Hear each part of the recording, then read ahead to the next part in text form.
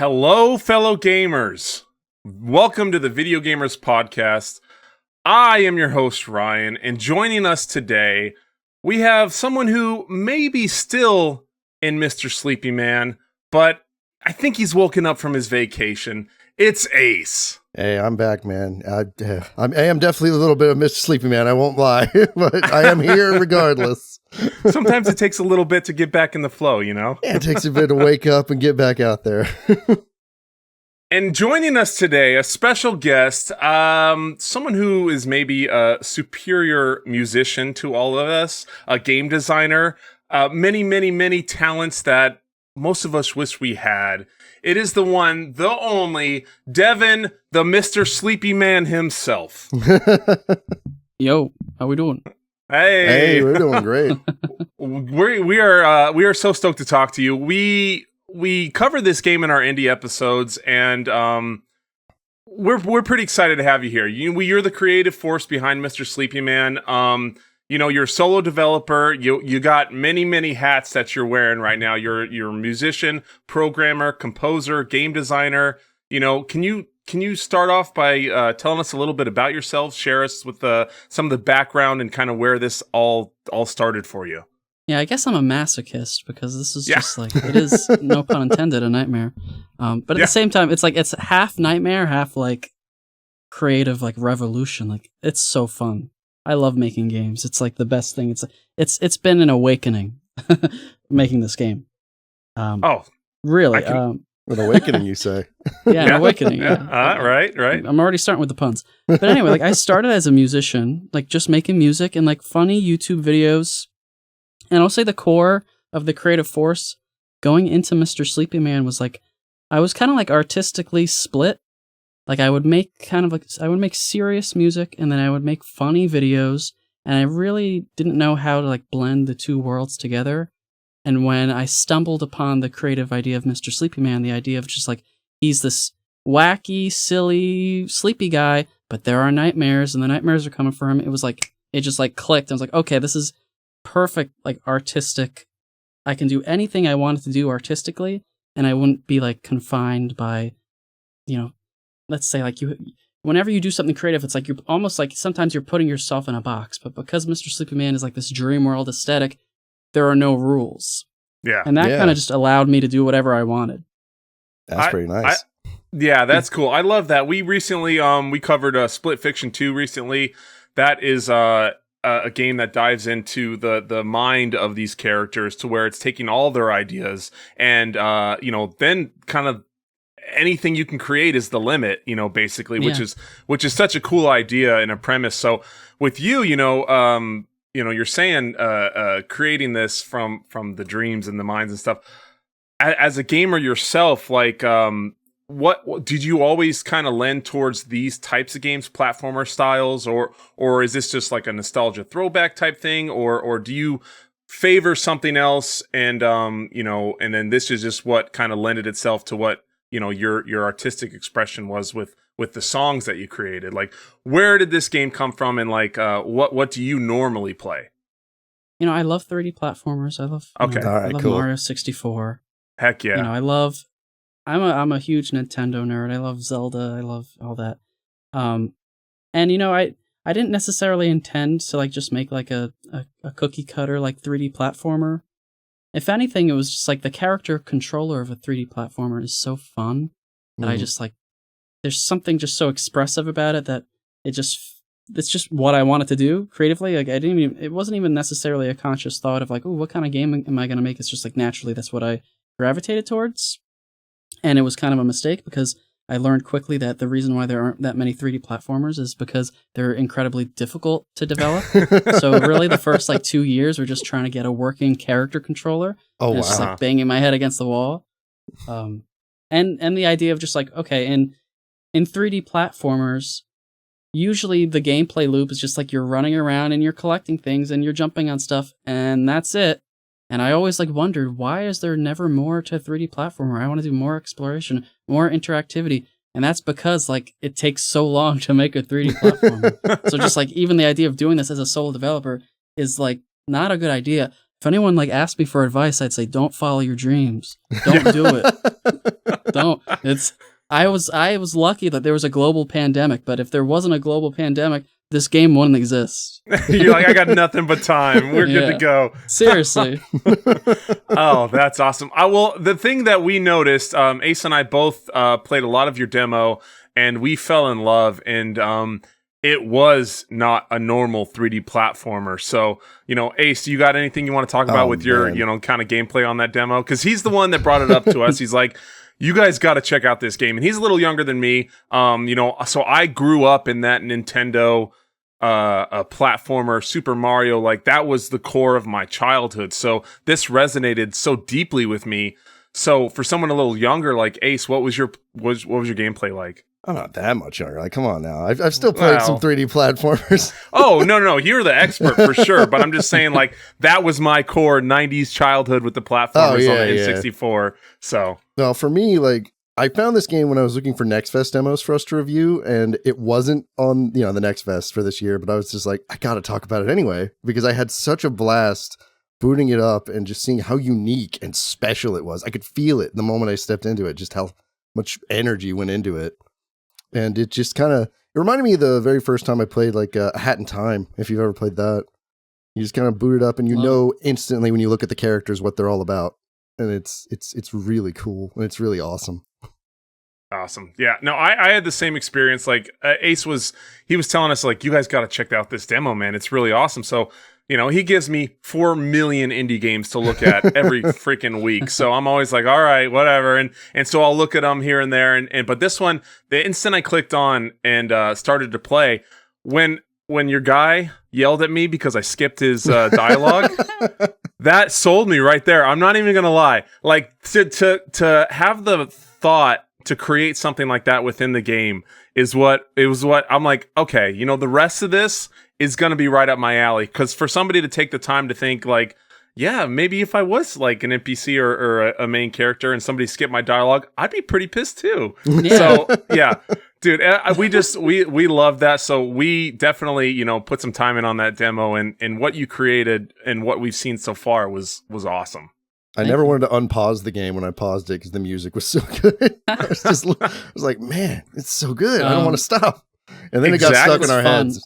I love that people are loving the demo, and I love that like the game is so far in development that I could also tell people that you haven't seen anything yet. Like, if you think it gets crazy, you don't even know. I got a little idea. Just a little. Yeah, it gets weird. This game gets weird. I'm starting to think, maybe I should put like a parental guidance like warning before the game starts. It's not inappropriate by any means, but it's just like, I don't know. This it gets spooky. I'll tell you, it gets spooky. All right, I love it. I love a good spooky game. Exactly. So speaking of the music, that he mentioned there, as a musician and your background in music, like, did that affect your approach to the game design, and like how did you maybe I really want to put this song in this area, or was there a different way that you kind of went about it? Like, how did you approach that with integrating the music with like the game or the gameplay? Well, I think as a solo developer, I kind of have the benefit of just like, if you're working on a team with someone and someone comes to the team with a piece of music, you can't really like trash that person. Like, you have to like respect like what they made. But since I'm the only person working on it, like, I can be really hard on myself and be like, yep, you're hard. Like, really just like demean myself and put myself down, and it's okay because it's just me. So like it really is about the iterative process. Can't speak. And I had to learn how to make music for games while making the game, and it's a different process. Like making a pop song, it's high intensity all the time, but then you realize instantly in a game just like how distracting a high intensity song can be. Yeah. So it was really learning about how to like take things away and make something interesting that can loop for hours without getting bored of it. Like that was kind of a new thing for me. No, so it really was just about having that back and forth. The looping, I can't imagine the challenge for. I couldn't. Yeah. Because when it's bad, you notice. And even just the idea, like, I have to listen to it all the time. Oh. And I'm my harshest critic. So the fact that I have to listen to the sound of my voice, like every character is voiced by me, Mr. Sleepy Man's voiced by me. And it's just like, I'm I can feel my nasal cavity when I hear the sound of my voice because it's me. So it's just like, oh my gosh, it's the worst. But at the same time, it's great. So I'm glad that people are liking it so far. I'm waiting for someone to trash me. When is it going to happen? When am I going to get like the horrible review of someone just like hating my game? It's just like, I'm waiting for it. But hasn't happened yet, but I'm sure it will happen at launch. I'm sure. Yeah, I mean, there's always going to be somebody out there. You know, you can't please everybody. I mean, Always we trolls. we recently had a troll review where it was just like 15 puke emojis, Oh. and we're like a 4.9 on the pod, and we're like all 5 stars, and then we just get one like that, and it just says terrible or something, and we're like, okay, you know. I don't know, man. You just gotta brush it off. Yeah, people are going to have Yeah. their opinions, but we've loved what we've seen so far. Yeah, I absolutely Thanks, loved guys. everything about it so far. So, Mr. Sleepy Man's filled with like 2000s nostalgia, pop culture references, and things like that. But do you have like any personal media from there or influential games and aesthetics that really affected the game and your development? I really love anything 2000s. Yeah. Hey, The same. game is a love I'm letter right to the there. 2000s. And like, it's not just like people say, oh, 2000s nostalgia. Like in a game, usually they're just drawing from like a game, like Mhm. Banjo-Kazooie or Ocarina of Time, whatever. But like, I love everything nostalgia. Like I'm a huge Linkin Park fan. Oh, So yeah. like that type of music is influenced in the game, like new metal or like pop punk from the 2000s, like that people don't even realize it's just like in the game, and it fits because it's 2000s aesthetic. So really anything 2000s, and there isn't a limit on that. Period. Nice. I can't even imagine it. The hard part for me would be not to cram like too much nostalgia in there and just Yeah. make it over the top and like ridiculous, which I mean, it is kind of a ridiculous Yeah. game. It's And I in a don't good want way. it- yeah, and it's like with nostalgia, I try and be very like cautious with it because nostalgia for nostalgia's sake, in a way, is almost like predatory for the Yeah. consumer. Yeah. And it's like, it's the opposite of that. If anything, I feel like the game, I'm almost like having a commentary about nostalgia. And some of the songs later in the game really talk about like, why am I escaping?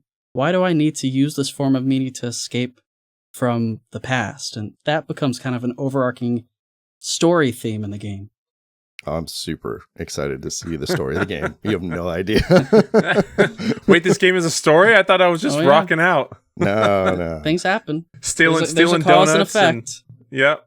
If anything, there are things that in the demo that happen in the demo, and you think, this is just a funny, crazy thing, but all of your actions in the demo have an effect on the rest of the game.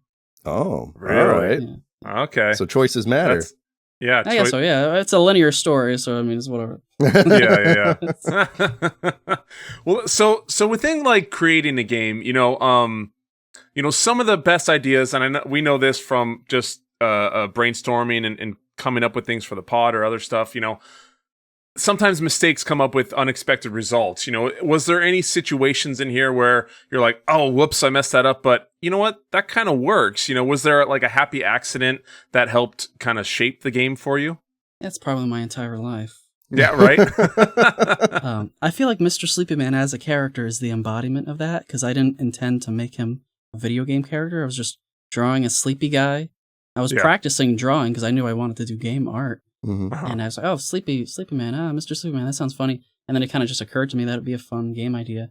But then even the idea of him being this character who, you're doing morally wrong things in the game. You're stealing a cash register. You're messing with people in the town. I didn't realize the comedic aspect of that, oh, Mr. Sleepy Man, because he's asleep, he doesn't have any moral accountability.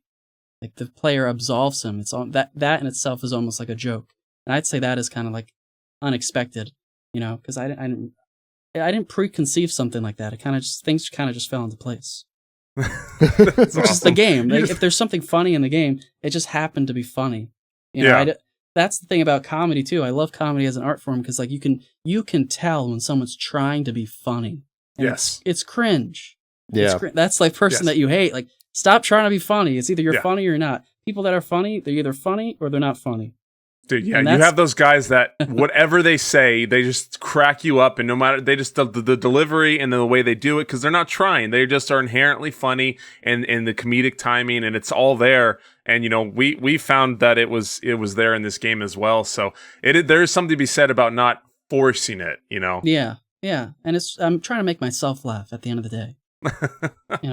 And it doesn't escape you. Like you go and you read the descriptions of the objectives, and I'm putting jokes in there. And the best part for me is like, I'm the biggest fan of my humor because it's for me. Mm-hmm. So like I'll write a joke 2 years ago and then I'll read the description of something while I'm coding. And it's like, oh, I completely forget about the joke. And it makes me laugh, which is kind of the idea. If you don't like your own cooking, then why are you cooking? Yeah. That's fair. That's great. Yeah, you play them back down the road and you're like, oh, that was a good one. That was a good one. So with all this that you're creating, like you said, you're waiting to get that kind of backlash or people reaching out to you. I'm sure you've heard stuff and with playtests and on Discord and people putting in input. Everybody's got an opinion. It's like a belly button, or something else. So how do you approach taking that on? As a one-man dev team, like how do you overcome that to doing too much to take away from what your world you've created, but also kind of cater towards what the people want? Yeah. There's a famous Rick Rubin quote. It's like if you try and make something for someone else, you're going to ultimately fail. I'm paraphrasing that. But in a game, it's like you have to really balance that because at the end of the day, it is for someone else. It's like cooking. It is the same thing. It's like you're not the one consuming it at the end of the day. But when someone like just pops into my Discord and they have like 1,000 lines of feedback, you have to really take it as a grain of salt. I feel like the best feedback I get is from people who have been following the game and truly understand my vision of it. And like the feedback that they give, it's like someone that actually cares about the game rather than someone who's kind of just nitpicking and they think it should be something else. Like that's subjective. Like there's subjective feedback and objective feedback.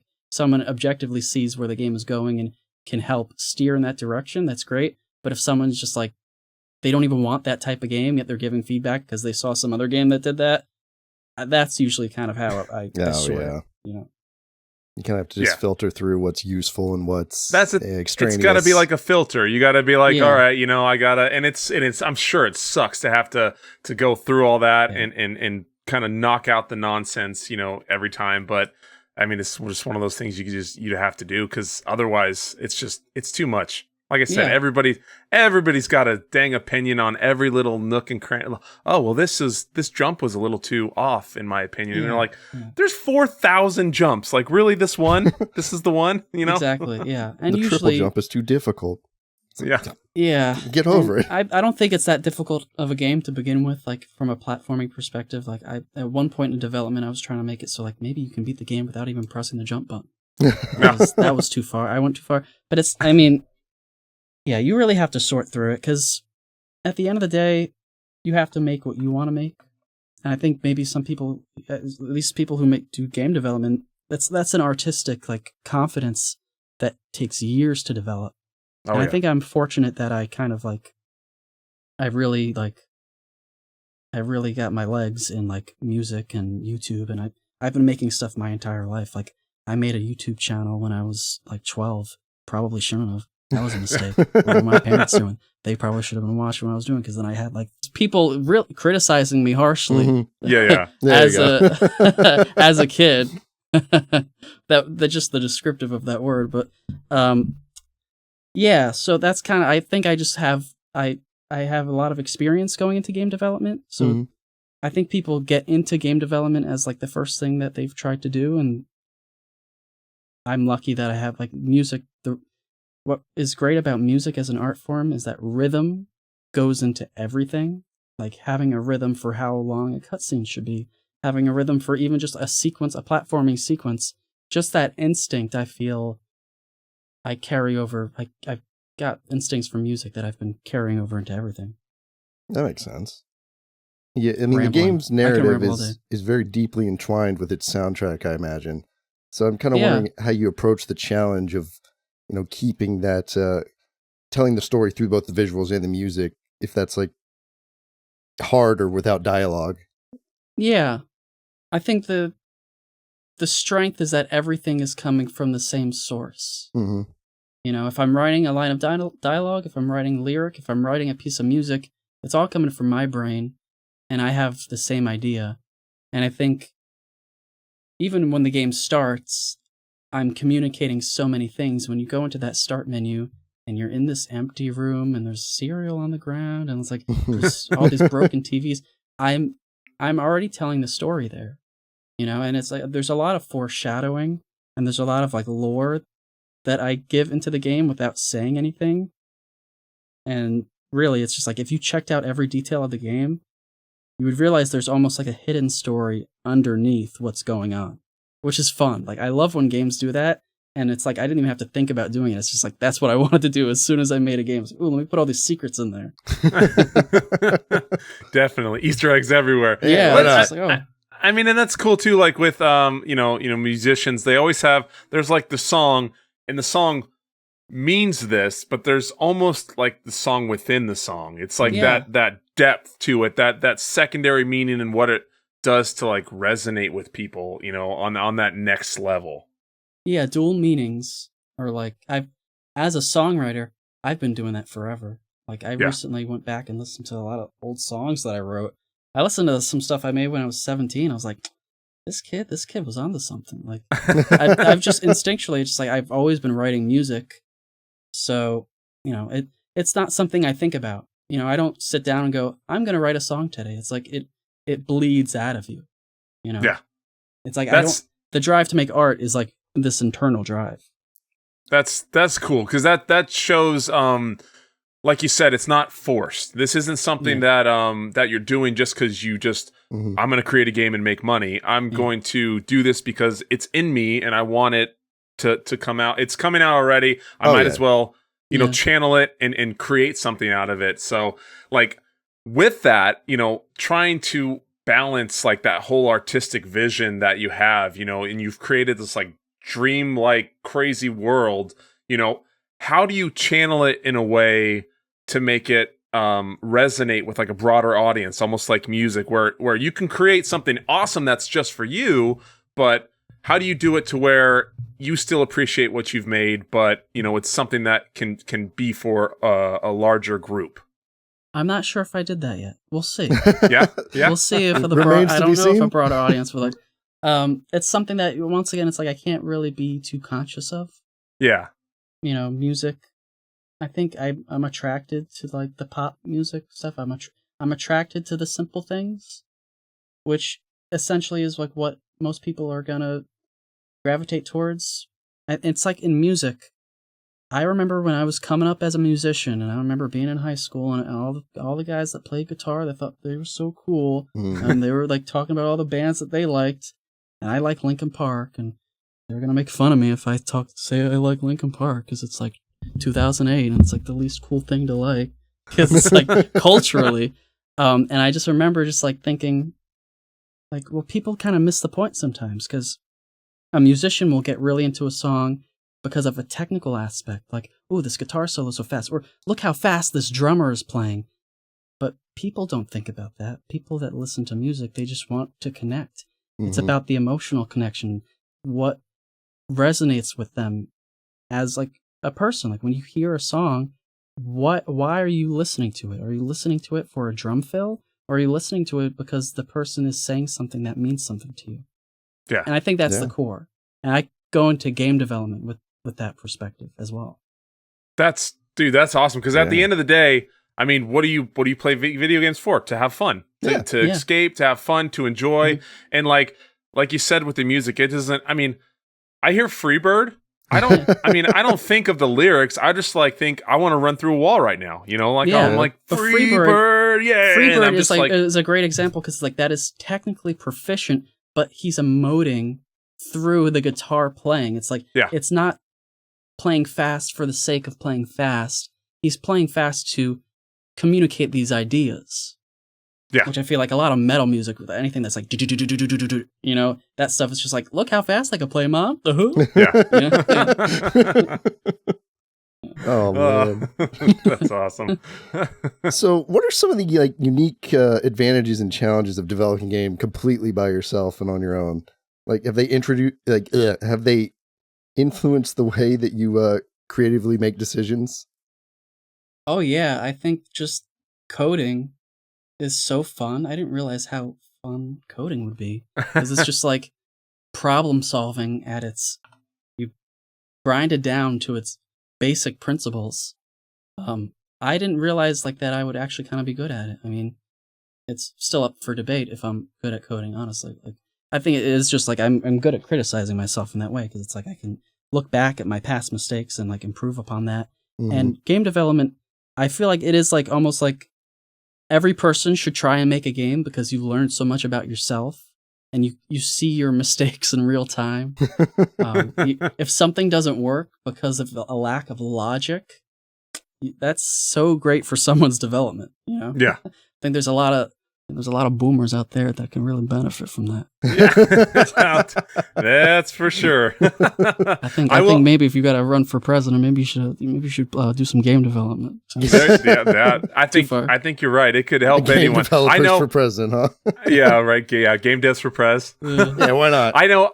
Back in the day, so I grew up. I'm a '90s kid, and so I grew up with Half-Life 2. So when Source came out and like Half-Life 2 and they had the game development stuff where you could make your own maps, I would sit in class and I would draw maps and I would make my vents and boxes, and I'm like, oh, then guys could go around here and circle around, and then I would create it and none of it would work. Yeah. None of it at all. And so like that's the thing, is it's just trial and error, trying to figure out what does work, what doesn't work, what ideas are completely ludicrous and what may have some legs. So, and that was just developing maps for like Half-Life and Counter-Strike and stuff. Yeah. So to create a whole game from scratch, to actually code it and then still have to find those goods and bads, you know, there's something to be said from that. So that's, you know, good on you, because there's a lot. You're like you said, man, you're gonna learn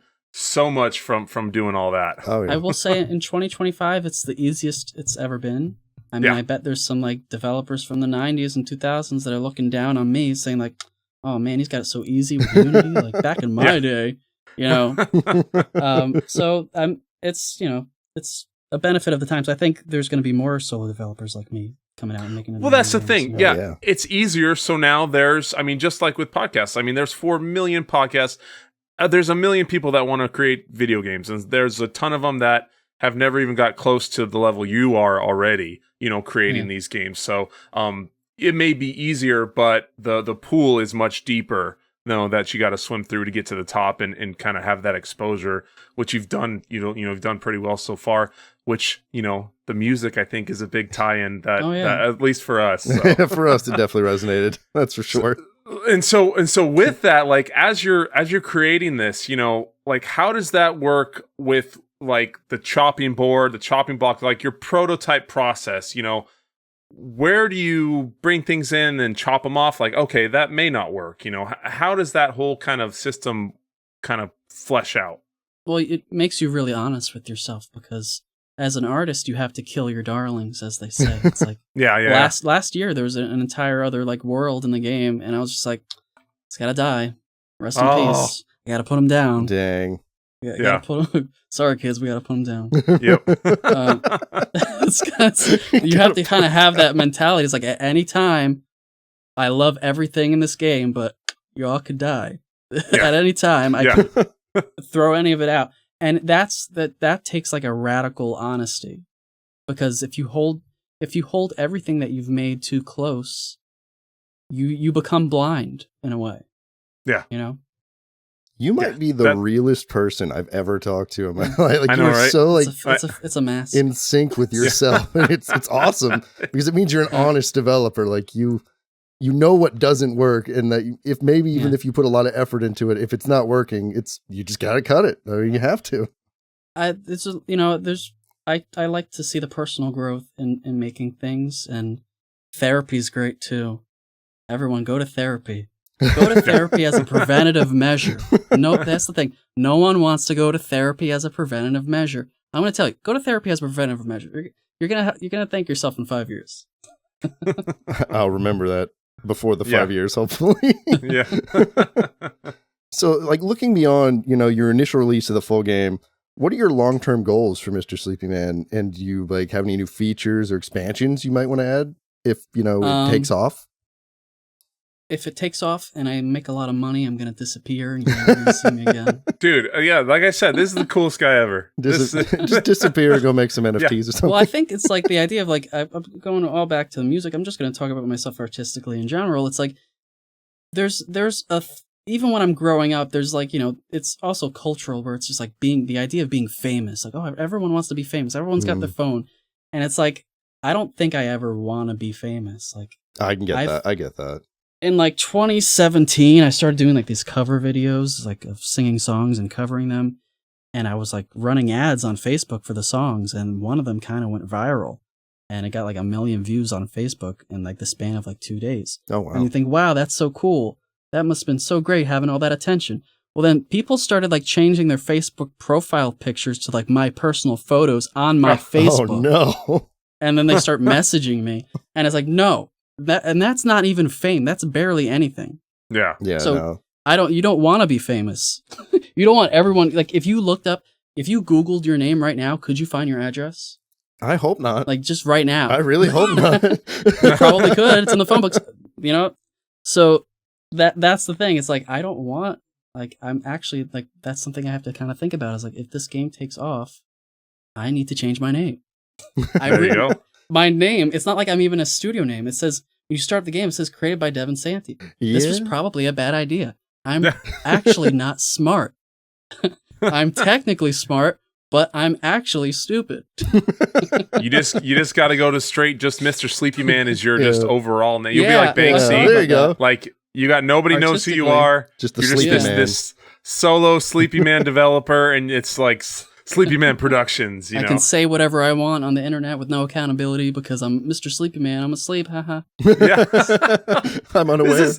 This is gold, Jerry. It's just. Oh, that's great.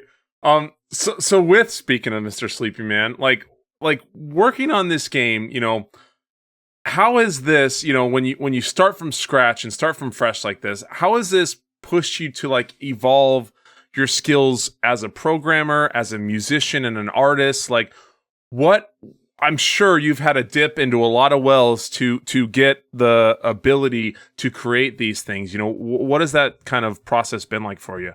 It just takes time. Yeah. If someone's doing something with a goal in mind, like I'm playing guitar to get girls, like that reads, and like if you don't get girls or like it doesn't work out, then you're not playing guitar anymore. Well, I guess you didn't really like playing guitar. I like playing guitar because I like to play guitar. So like I don't have any other motive other than the intrinsic value of doing the thing. So that then just naturally you become better. Yeah, that's fair. That's fair. I mean, there's something to be said, and that's part of the honesty within the development and the creation.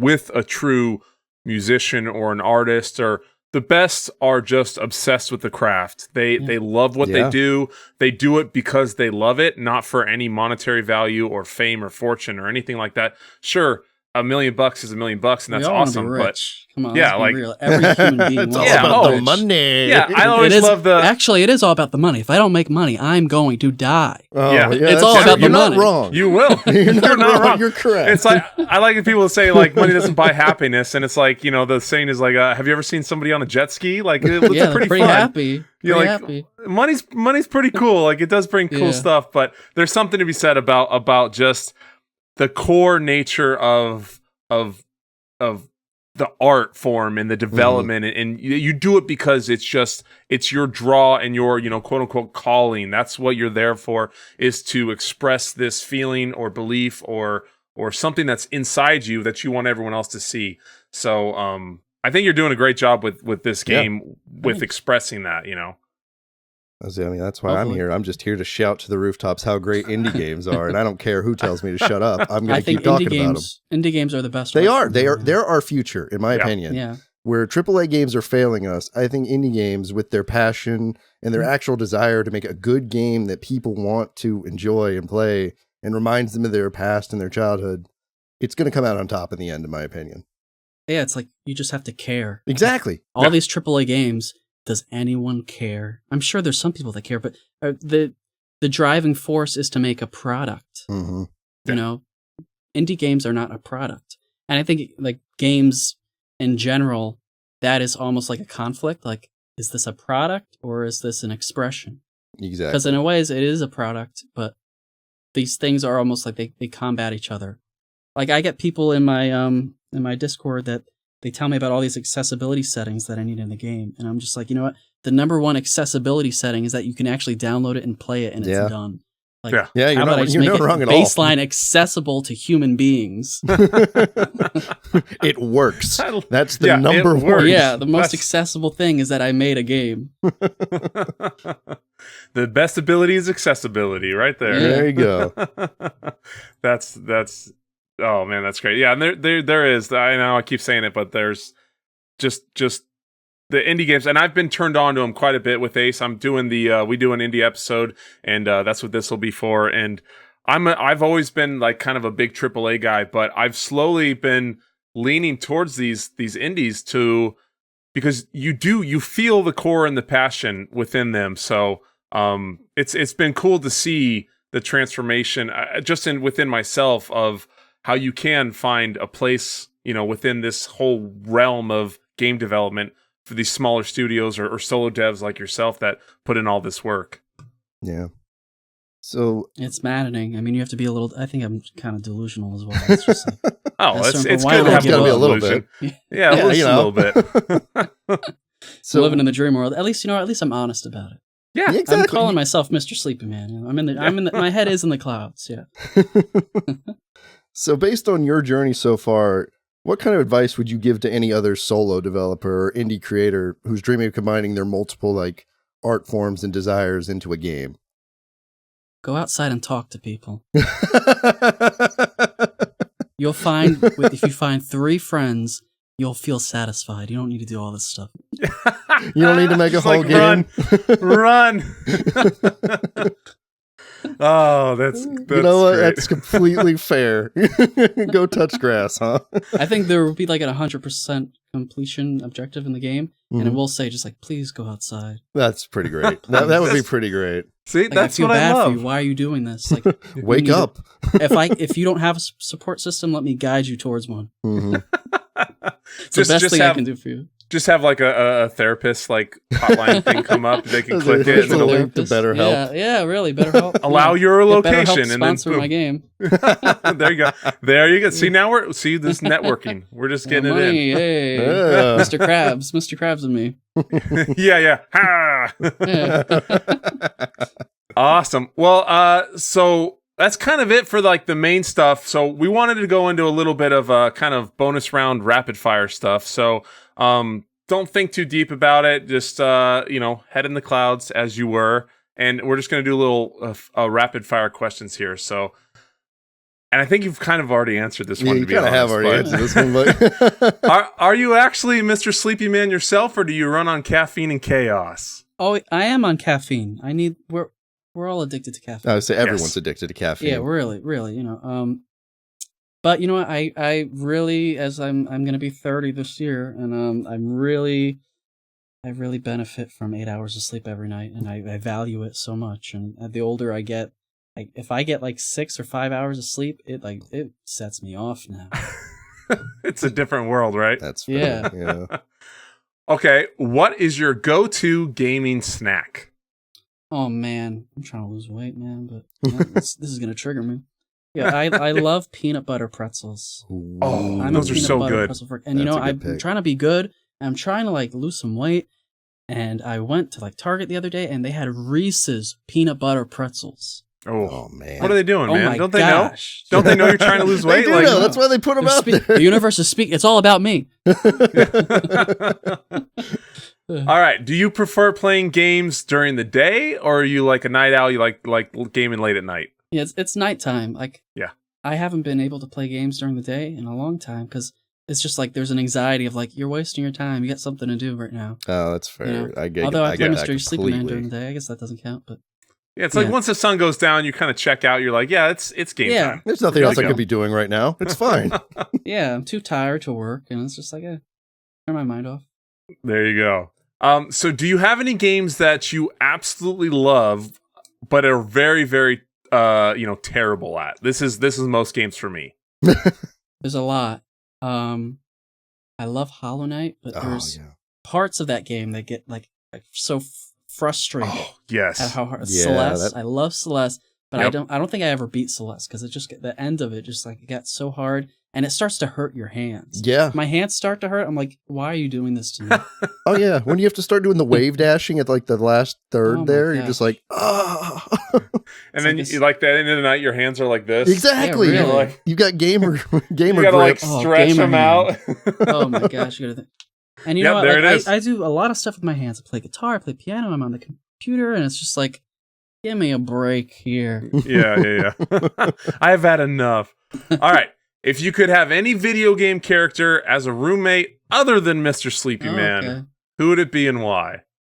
Oh, I gotta think, because how would this benefit me? How could I personally gain? There you go. How I like can I the thought exploit process them, huh? already. Not Kirby, because Kirby's just gonna try and consume me. Yeah. That's the opposite. What power would he get? You know, maybe Mario, because he's not really home all the time. He's always got something to do. Oh yeah. He's probably got a lot of income coming in. You know, All those gold I'm coins. thinking of more of a domestic partnership rather than a roommate. I guess the roommate is just I'm splitting rent. I don't know. That's fair. I like the Mario. All those gold coins coming home. Yeah, you know, why Yeah. not? Yeah. He's got a lot of money. So again, going back to kind of food. What's your ultimate comfort food when you're deep in game development? When I'm deep in game, I try and keep a lot of food away from the computer area because it's Yeah, greasy hands and all that. But I would say peanut butter comfort Reese's cups. food- the peanut. I got a limit with those because it's like after 2 or 3 Reese's peanut butter cups, you start to really feel bad about yourself. It's just- A little bit of diabetes. yeah, Yeah, a little bit. man. Anything wrong? Maybe pizza. I feel like I Oh, can eat a yeah. whole pizza, and That's one of those just boom, scarf down 2 slices and you're good to go. Not yeah, cereal I'm an then. Italian Huh? American from New Jersey, so I'm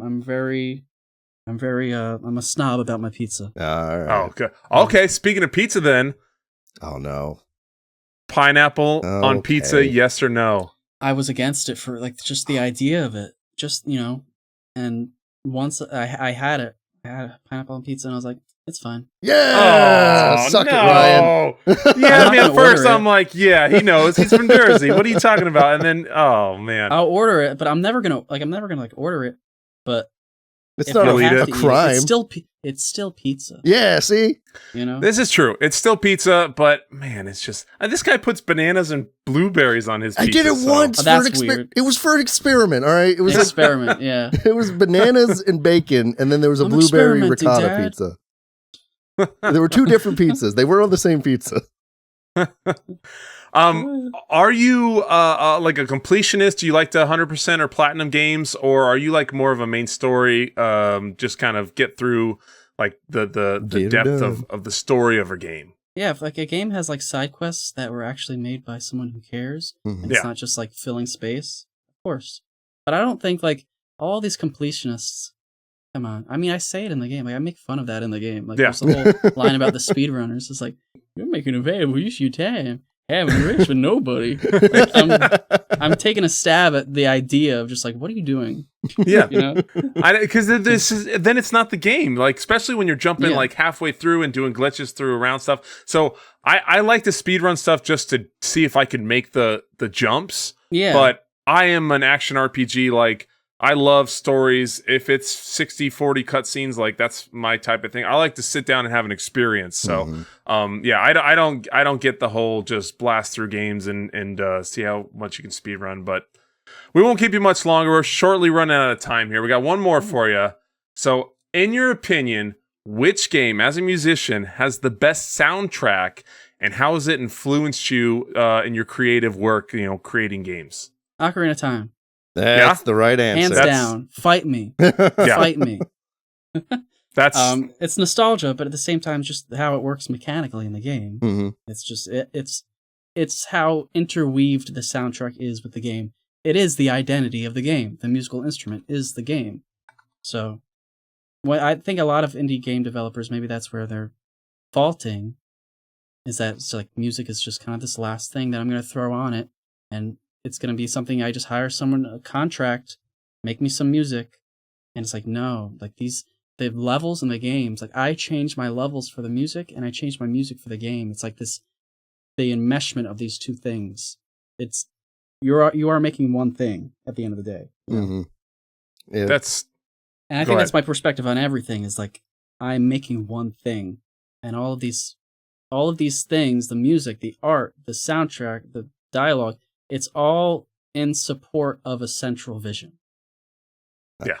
That makes sense. That's what it is. You like when you create something, it's not just one thing. It's many things together that all collaborate to create something great. And so having the ability to have all those other kind of realms to dive in from, or pull from for you is cool with the music and everything else. So man, that's this has been great. We, like I said, Ace and I are pretty big fans already. We are stoked, and we're excited to see all the stuff we don't know about yet. Oh yeah. We'll see.